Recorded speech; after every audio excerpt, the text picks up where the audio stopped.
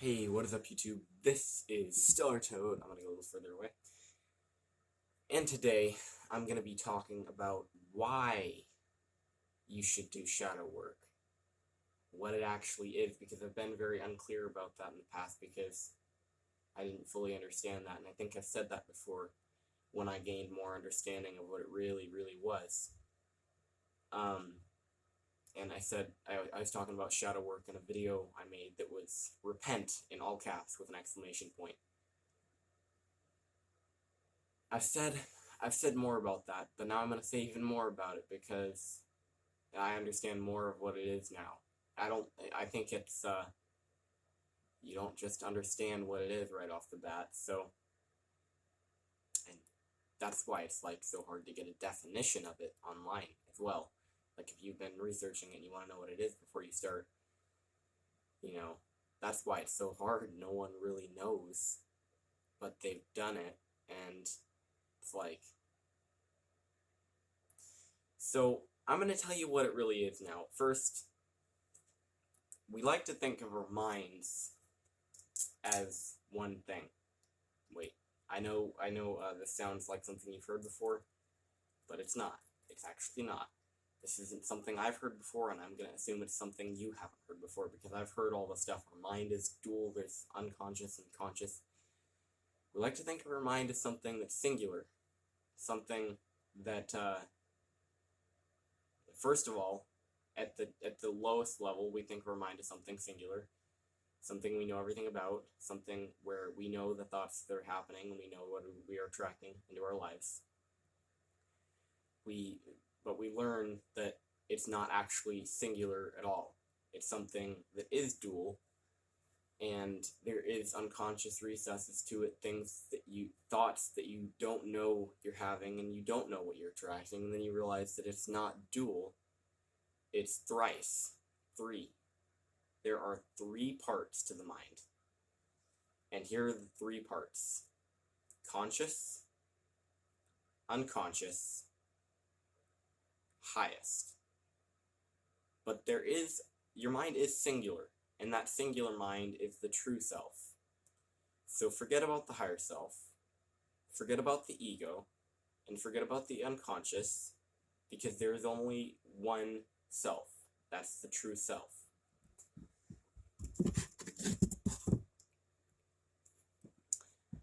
So here's the deal. I've been practicing alchemy, not like chemical alchemy, alchemy. That's an oxymoron. Anyway, but the transmutation of Antichrist into Christ. And Antichrist is the plant that dies. Christ is the plant that grows. I've covered that in other videos. Like, if you've watched a lot of my videos, you probably have heard me talk about that before. But, yeah. So, what that means... Well, first, I'm just going to tell you, why should you do shadow work? And this is going to seem, at first, like a shallow reason. A strange reason. Power. I don't mean empowerment or some new age flaky bullcrap. I mean power. Like... So anyway... The true self, okay?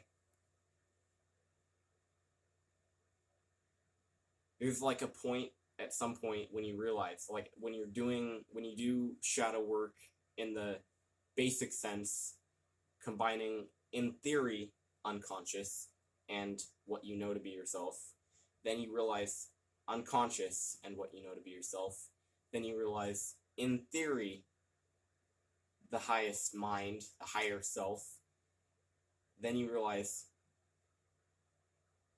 conscious, unconscious, higher self, all completely manifest reality. Then you realize one. Just one.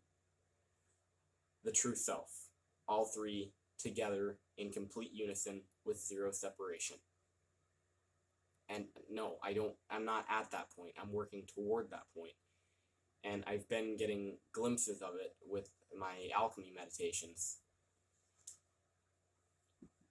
So, yeah, when you realize that point, you realize that, like, it's true what they say about you only having access to 10% of your mind. Of course, that's scientifically a myth, but spiritually, it's completely accurate. It's completely accurate. What you think yourself is like 10%. Like 10% of what you actually are.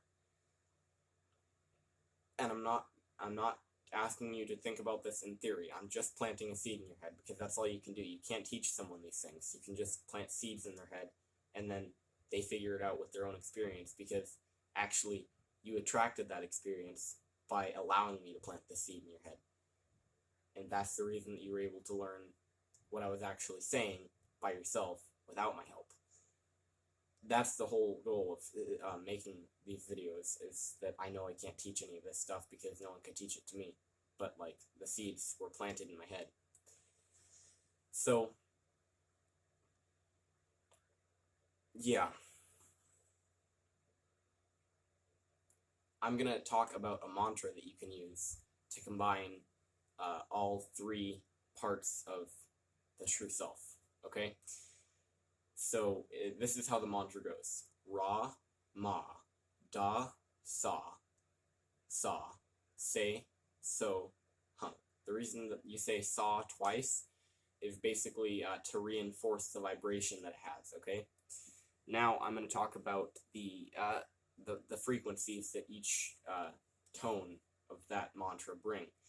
Okay, so first of all, Ra, spelled as R-A, and it's the way that it sounds is R with a long O sound. So Ra. What that is, what the vibration that is outgoing energy, okay? It's the transmitter, or like the male energy. And it's controlled by what you're not aware of about yourself. It's controlled by the subconscious, the unconscious, all right? What you attract into your life will and always is and always will be controlled by what you're not aware of, or the first parts of your mind that chip off. They're controlled, that Ra, the outgoing energy is controlled by the 90%, not the 10%, which is the ego. Okay? So that's the energy that you're putting off, that other people sense about you, and so the next part of the mantra, Ma, M-A, spelled as M with a long O, Ma, okay? And what that is it's the receiver energy, okay? And again, that's controlled 100% by your subconscious, unconscious. It's controlled by the 90%. What you attract into your life is very directly linked to what you transmit out, okay? Because as above, so below. Or the pendulum swing to the right is equal to the pendulum swing to the left, because in the end, they both mean the same thing, okay? So, yeah. Where's it going? That's where I was going. Okay, so Ma, it's controlled by your subconscious, always will be. It's the energy that you're taking in, that you take in from other people. That's what you're looking for.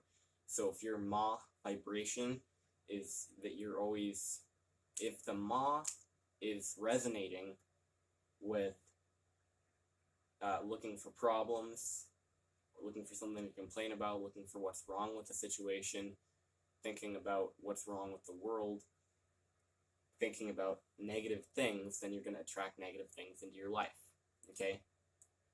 See, so you'll have to tune that frequency in order to change the things that come into your life. And in order to change that frequency, you'll have to tune the frequency to change the things that go out of your life. And that means you'll have to become aware of your subconscious. So Ra and Ma, that's the first two sounds, the ingoing and outgoing of the subconscious. Third one is Da. D-A, spelled as D with a long O. Well, not spelled, but sounded out as D with a long O. And this is not part of the subconscious. This is not part of the higher self. This is the ego. Da is the ego. Okay? That is the 10%, the part of ourselves that we're aware of and that we show to the world. That's not the same as Ra. Da is not the same as Ra. Okay? So, it's just the 10%. You're probably pretty certain what it is. I've repeated myself enough now. Okay? Sa. Okay? So, Sa is the higher self. Okay? It's like what we think of as God. Okay? So what we've done so far with this mantra is Ra, Ma, Da. So we've connected the subconscious to the ego. Okay?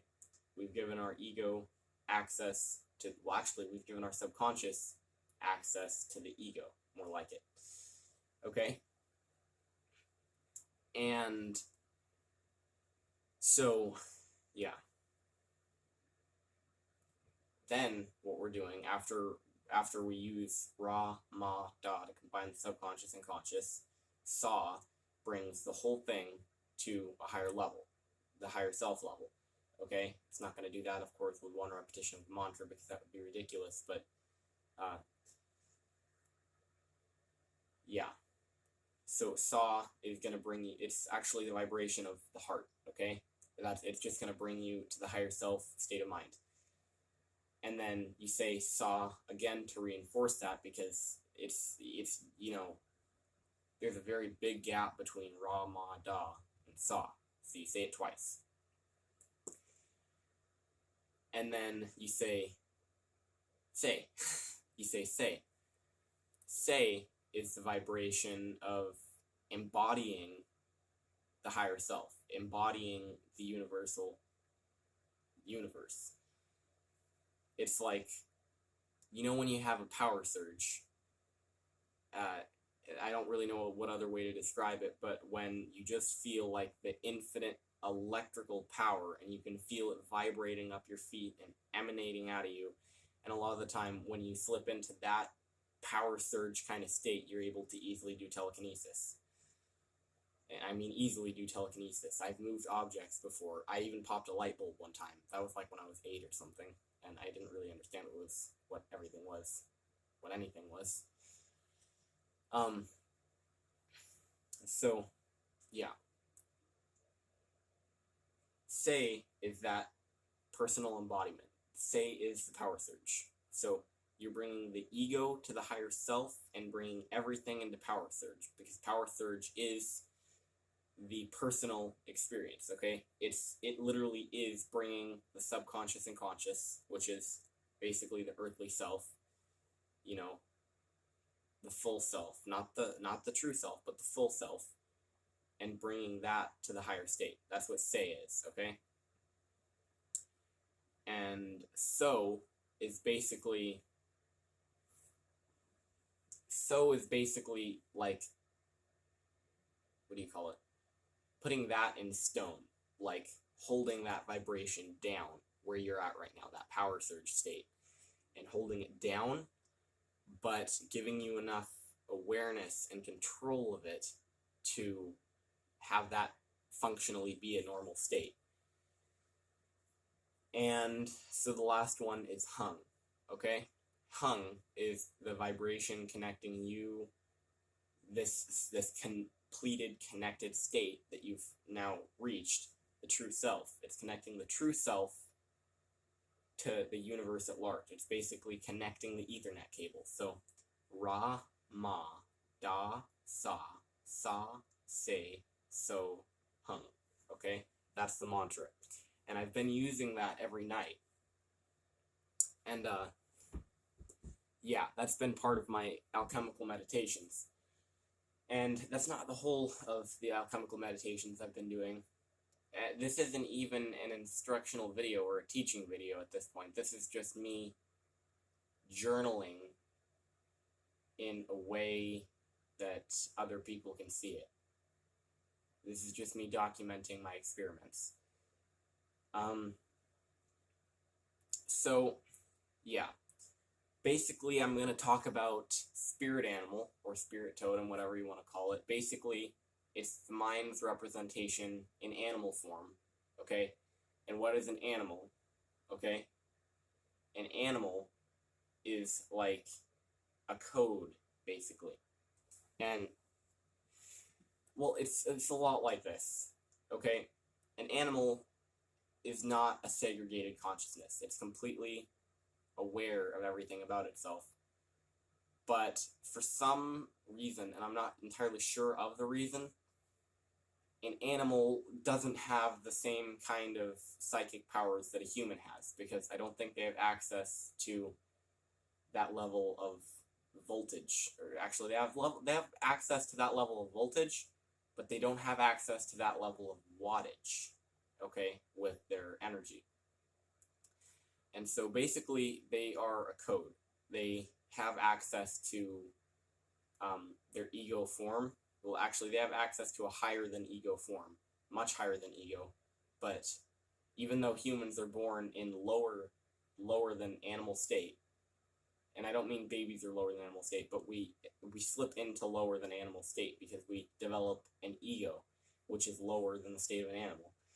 And then, but we're also capable of reaching higher states. So humans are like full spectrum.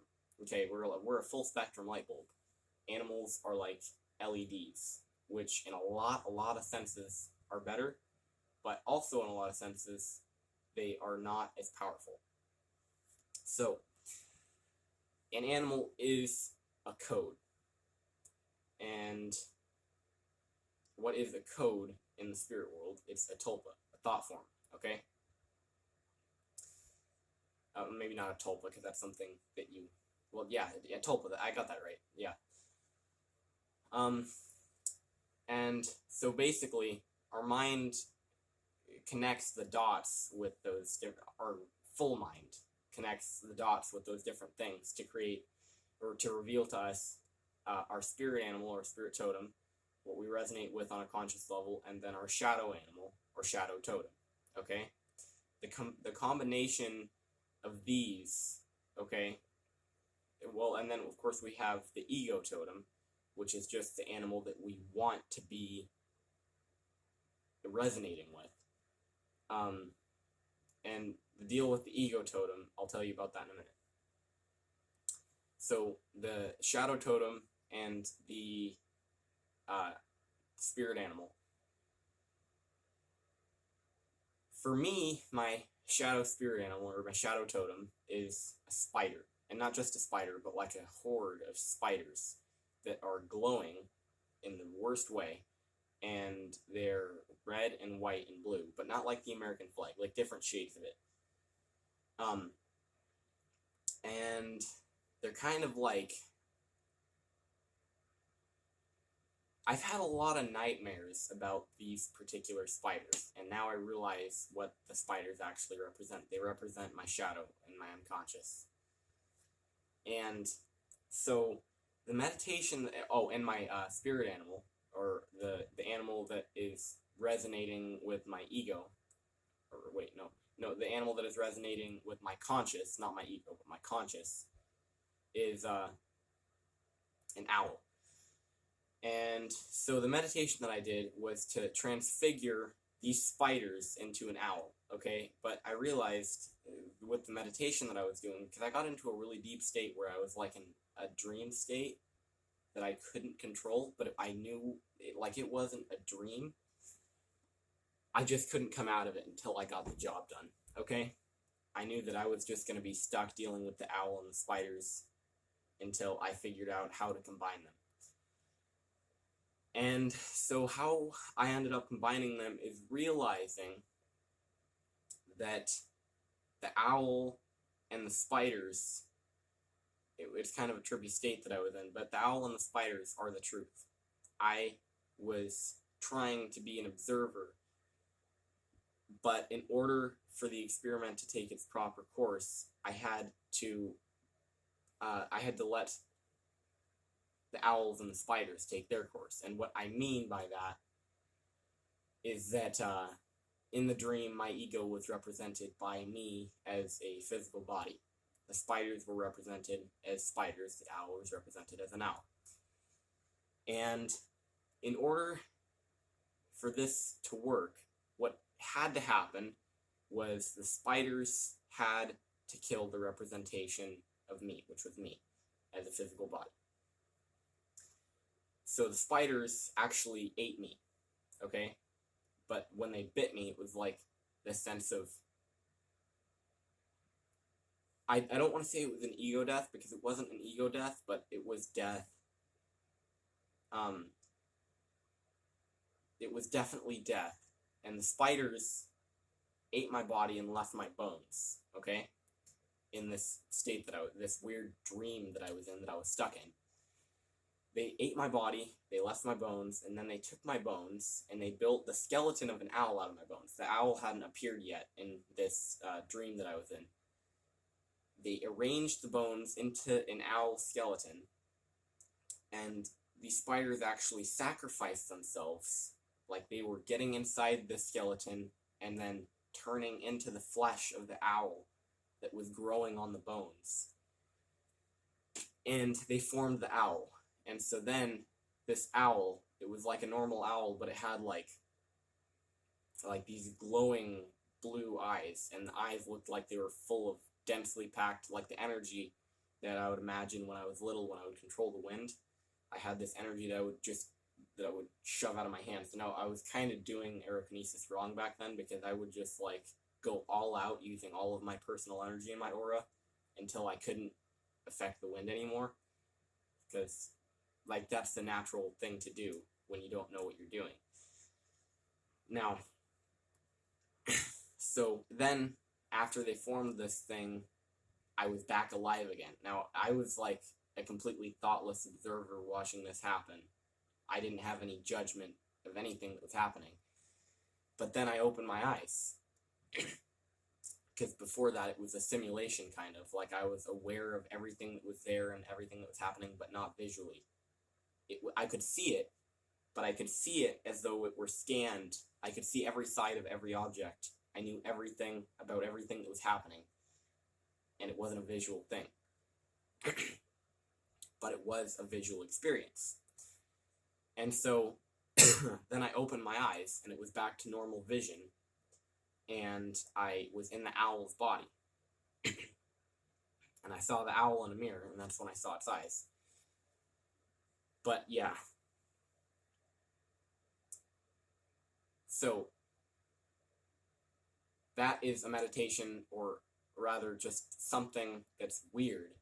That is, I didn't expect it to suck me into the weird trap dreamscape, but that is a way that you can do transmutation meditation, or alchemy meditation. Okay, the basis of alchemy is transmuting things that are undesirable into things that are desirable in a useful way. And that's what that meditation was for. And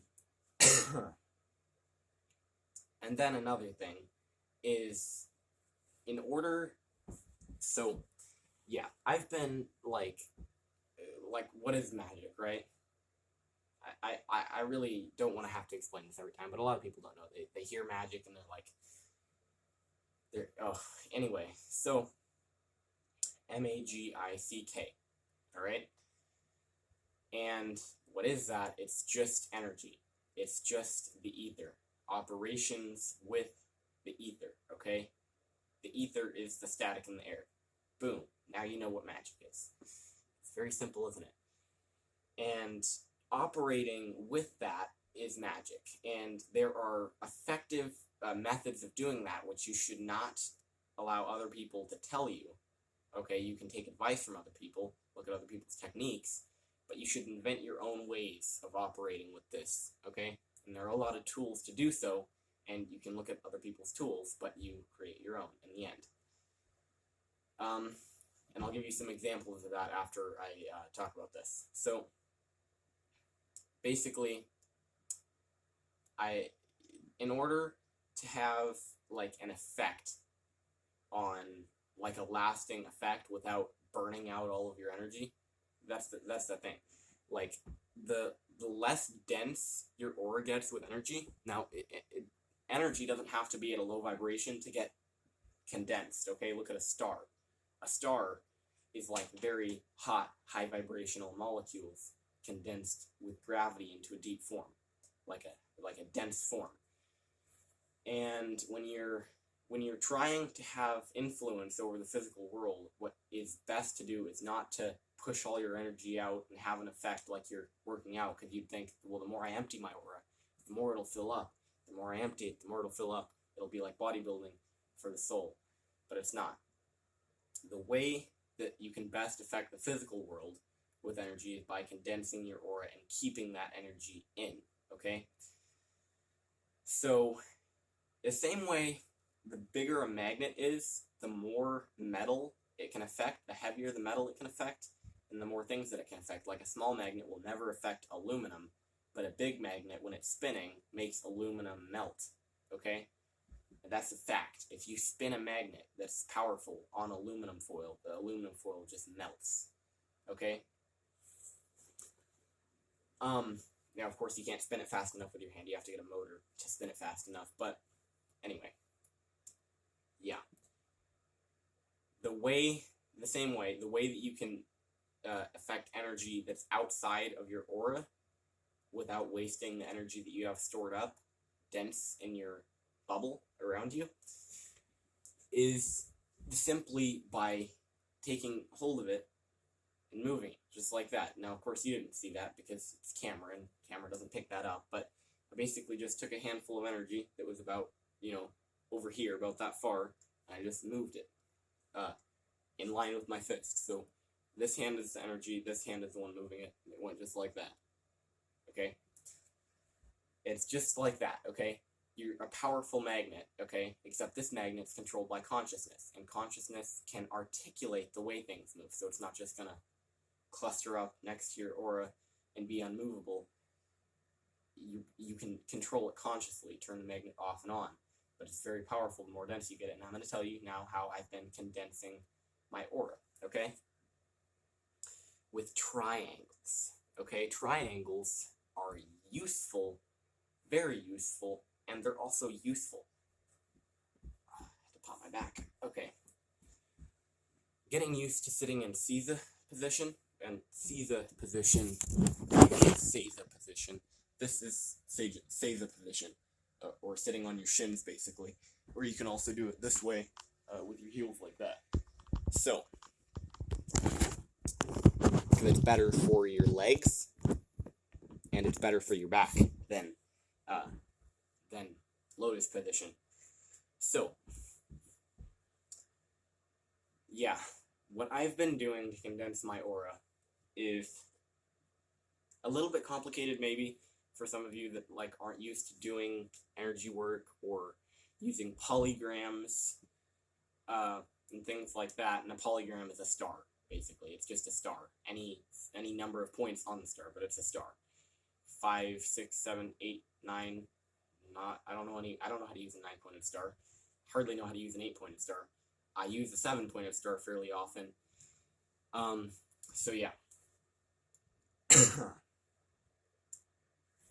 The way that I've been condensing my aura is, first, you're going to want to get any negative energy out of the room. And for that, I use a prayer, but not a prayer. A prayer, but not a prayer. Basically, what I'm talking about is, yeah, you're going to put your hands in the same way. You're still going to say, well, you're not going to say, you're going to feel in Christ. Okay? When you say in Christ, it becomes meaningless. It loses all of its value. But when you feel in Christ, that's a completely different thing. It puts a whole new spin on the whole room. Okay?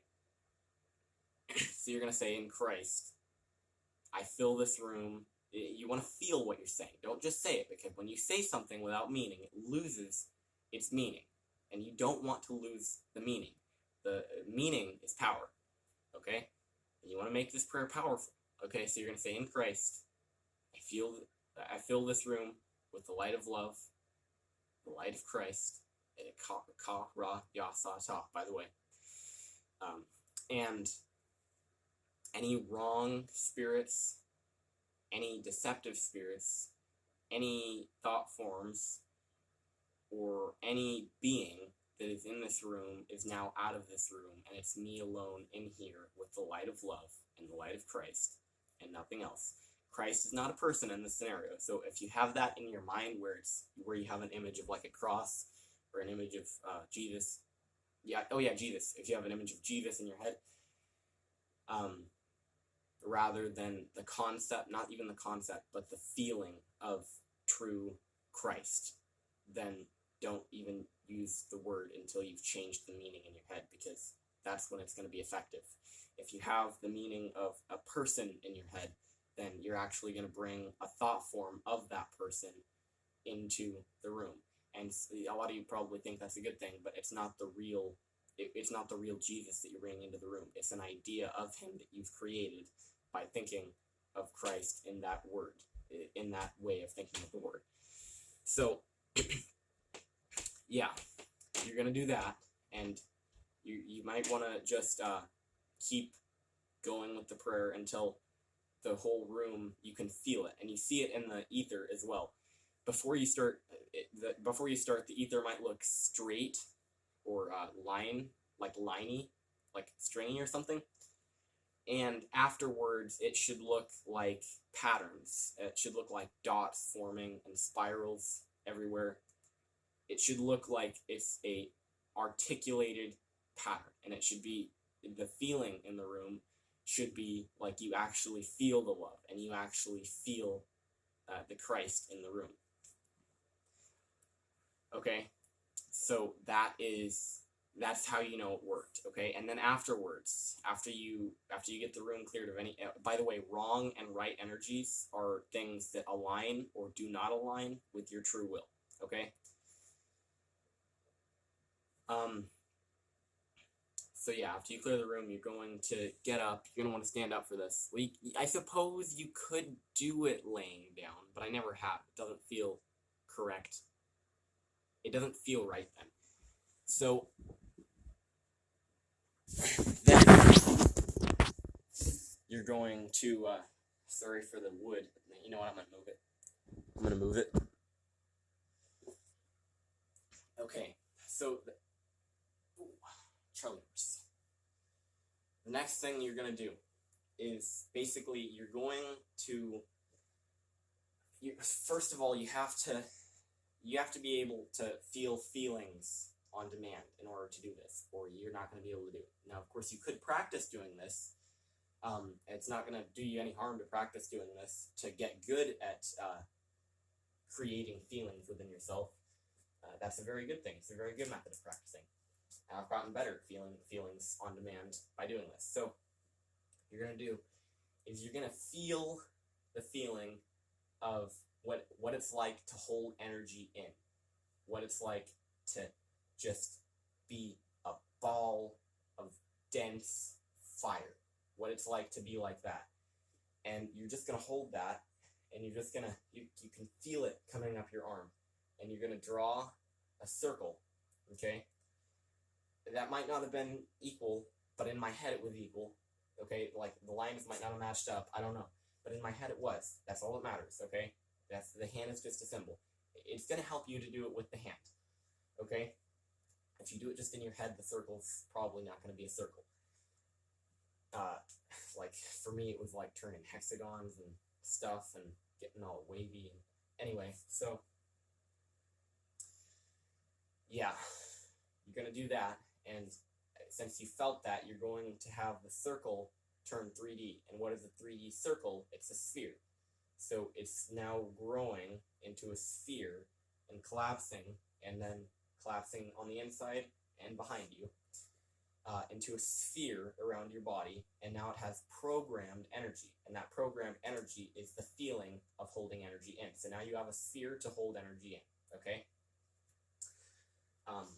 So that sphere to hold energy in is pretty much not that thick. It's not a very densely packed sphere. But it's already programmed, so what you're going to do now is you're going to continue to feel the feeling of holding energy in, and every time you breathe in, you're going to feel the ether, actually you're not going to feel it, but you're just going to feel it. You're going to feel it coming in towards you, but then stopping at the outside of this bubble and making the bubble stronger, okay? With the programmed intention of holding energy in, okay? And every time you breathe in, you're going to do like 30 breaths this way, just densely packing the sphere. And then what you're going to do is inside of this sphere, you're going to make a prayer to reprogram the sphere, okay? And the prayer, it's actually, and you don't even have to start the prayer. Now it's just going to be, you're putting intentions into this. It's not even a prayer. You're just putting intentions into this sphere, okay? And the intention is going to be that only right energies can come in, okay? Only energies aligning with your true will. And only high vibrational energies can come in, okay? And it's going to absorb the energy rapidly, okay? You're going to make the sphere absorb energy extremely rapidly and just pack it into your aura. And if you feel that the sphere is getting bigger when it's putting the energy in, just rein it in and make sure that the sphere stays like the same size that it was when you started, because you want to condense it, not just make a big bubble, okay? So then after you're shooting energy into yourself, okay, what you're going to do is you're going to draw a triangle, okay? So normally this is the part where I sit down again, okay? This is the part where I sit down again, and I start drawing a triangle. It doesn't have to be equilateral. It doesn't even have to connect at both ends. You want to try to make it as even as possible so that in your mind it's completely perfect. Like in my mind, that triangle was perfect. I'm sure when I watch this video, I'm going to be, man, I need to work on my triangle skills. So anyway. But you're not going to just draw a triangle simply like that. You're going to put intention at every point of the triangle, okay? So you're going to breathe in, and it's you're already absorbing energy rapidly from this bubble, but when you breathe in, it's going to be even more rapid as long as you're inhaling, okay? And while you're inhaling, you want to hold the intention as firmly as possible that, well, there's going to be 3 values, okay, at the triangle, okay? And the first value is going to be power, okay? So you're going to feel in your heart that power surge state of mind, okay? The, which one is, say, okay? The say state of mind, power surge, the combination of conscious and unconscious and yourself, okay? And you're going to project that into the first point, okay? Then the next one is speed, okay? You're going, just imagine like energy that's moving ridiculously fast. Or you can imagine running 100 miles an hour. Or like racing down a highway at 200 miles an hour. Okay? Just imagine speed, okay? At the top, you're going to project that speed into the top point of the triangle. Then you're going to come down here, and you're going to project focus. So when you have, you know when you just get like bouts of laser focus, and you don't really know why, but like, and you can focus on as many things as you want at once, but like you just have perfect accuracy for a given amount of time. And you don't really, it's just like, whoa. Hyperspeed mind. You're going to project that into the last point of the triangle, okay? And then, so what you're doing there is you're just giving yourself a slate of energies that you're going to move around the bubble of energy you've created. Okay, so the first one, the first energy that you're moving around is, of course, going to be the first one that you put in. So power, okay? You're going to put it at the front of your bubble. Even if the bubble isn't where your hand is, if the bubble is way out here and your hand is all the way back here, that's okay, because you're just shooting that energy at that point of the bubble, okay? And you already made that ball of energy in the triangle, and you're just moving it to that end of the bubble now. Then you're going to take, so that was power, now you're going to take speed, and you're going to move it to that end of the bubble, making a triangle this way around the equator of yourself. Okay? And then you're going to take, finally, focus and put it at that end. Okay?